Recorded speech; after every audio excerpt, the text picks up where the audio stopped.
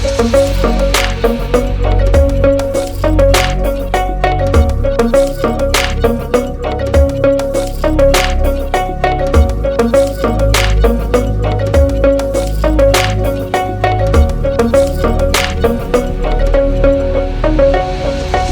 we wanted to look at what solutions can we put in place, one, to produce good, safe drinking water in a local community, so decentralized community. Number two, to distribute that water and to ensure that everybody gets water no matter what time of day and not depleting the natural resources such as energy. So we've come up with a water purification device that uses solar power or off-grid gravity. So we've got about 7 systems that are running at the moment, and 6 of them run on gravity and the 1 runs on solar power. And these systems are made from locally sourced macadamia nut shells, which we source from a farmer in Limpopo, as well as nanofibers that we synthesize locally. So as we know, globally over about almost 1 billion people lack access to safe drinking water, and most of the time the solutions vary from boiling the water in some of these communities to chemical usage or to more expensive systems. A lot of these are not very applicable in low-income communities, especially the expensive systems and the boiling, because it can only do a small volume at a time. So communities need tap water in their homes. So that's the most important thing, and that's what, for example, the goal number 6 actually advocates for, that each community should have either a tap at home or a tap closest to their home, no more than 3 kilometers away. And so that's what we're trying to solve. So our system uses locally sourced macadamia nut shells. It uses nanofibers. We put it together in a system that comes up, that's 3D printed, and it comes out looking like that. So this is a system that can be plugged and played into any water source, and it's gravity fed into the community itself.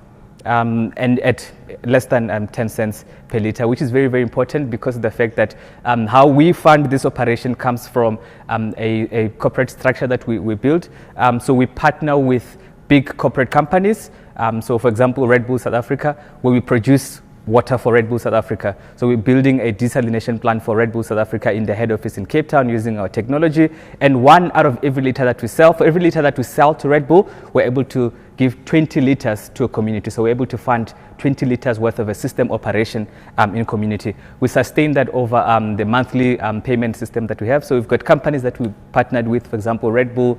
We do the big events such as the Opikopi event, where the event we produce water, and all the water that's sold, again, we pair that with a local community where the event happens. We've recently partnered with the Gauteng provincial government, where the government looked at schools at the moment that are struggling with good quality water, as well as communities that are around those schools. So we're able to save the department.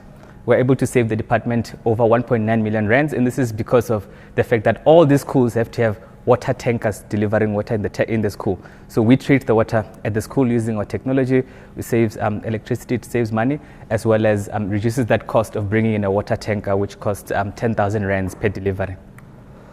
So we're looking at, so at the moment we're looking to raise some money as well as grow the team, more especially growing the team.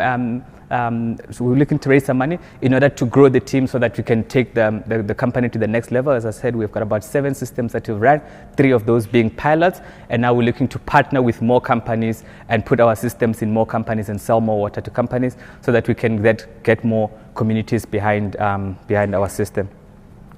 So we are raising about 5 million rands, of which we filled about 20% of that amount, and a big part of it is going to go to strengthening the team, which is a huge part of a barrier to our growth, as well as marketing the product, partnering with more companies.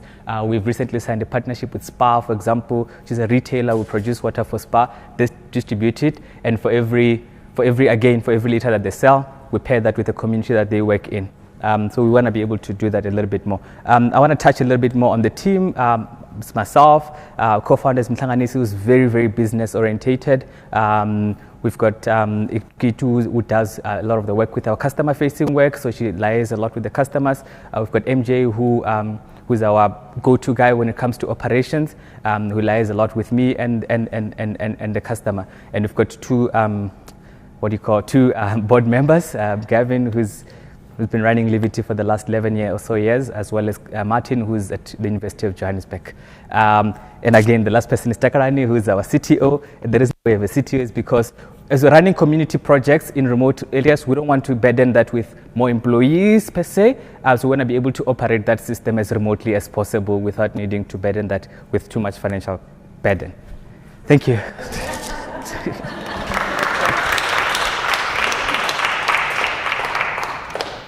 you so much. Thank you. I would like to know a little bit about your, like the market, your competitors. Are there any, or do you know about them? Yeah, so I had to skip through that. Yes. So one of the, some of the big competitors would come from, say for example, LiveStraw. LiveStraw would be a big competitor when it comes to point of use devices. The biggest challenge is LiveStraw is very expensive. So one LiveStraw is about 400 rands odd, and you can only drink about, I think about like 20 liters at a time, if I'm not mistaken. It's quite difficult to suck the water for your family.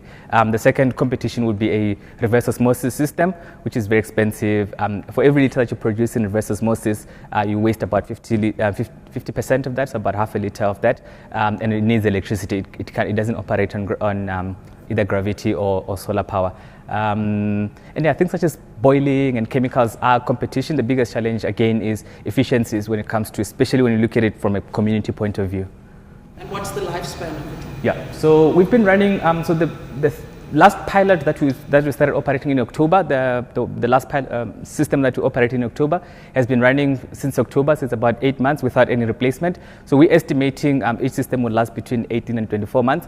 That's just based on the incoming water quality. So for example, in Heidelberg, which is a very, like one of the more heat area because of the fact that it's a farming area, there's a lot of E. coli in the water because of the cows.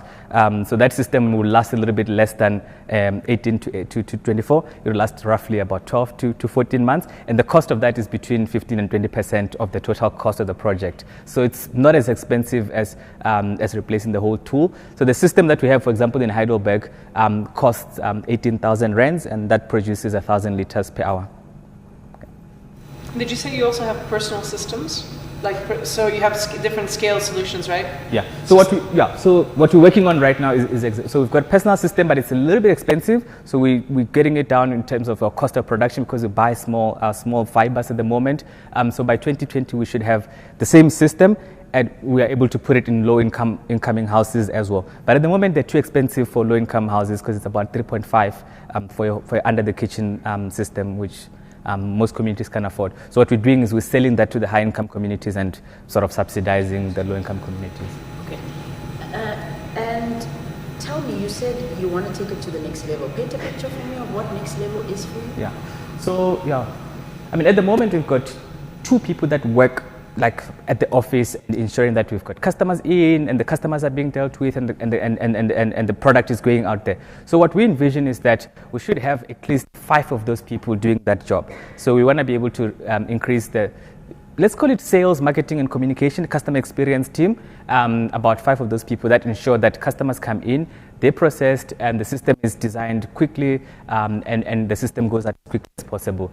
So the next level also involves hiring a full spec chemical engineer. Those guys are very expensive. They're now all working for Avenge. They're all working for the big multinational companies. We want to be able to attract one of those good guys from a good university, as well as reduce our cost of production, which is a bit high at the moment. So how many customers do you have now? Yeah, so it's because we've got about 13 customers, but they're all different forms. For example, Spa is a little bit different because we produce water for retail.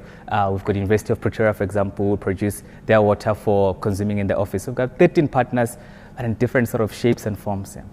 And how do you make your money? Who pays you and for what? So it's a full-on sales agreement that we have with our customers.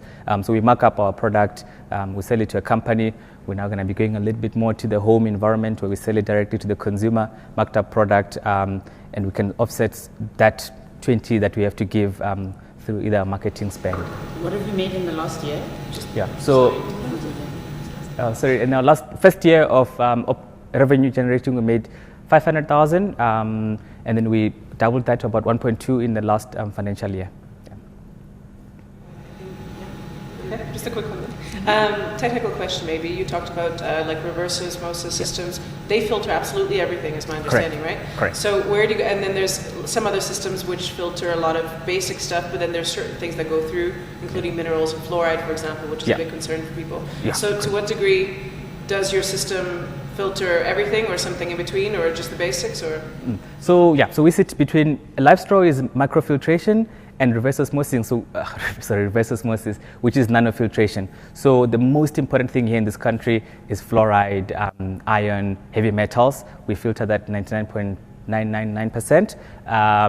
E. coli, total coliform, all the viruses and bacteria, we filter them out. What we do retain is anions, most of them being sodium Na+, Mg2+, which sit a lot on the TDS, the total dissolved solids, which is good for the body anyways. So reverse osmosis takes away that stuff which the body actually does need.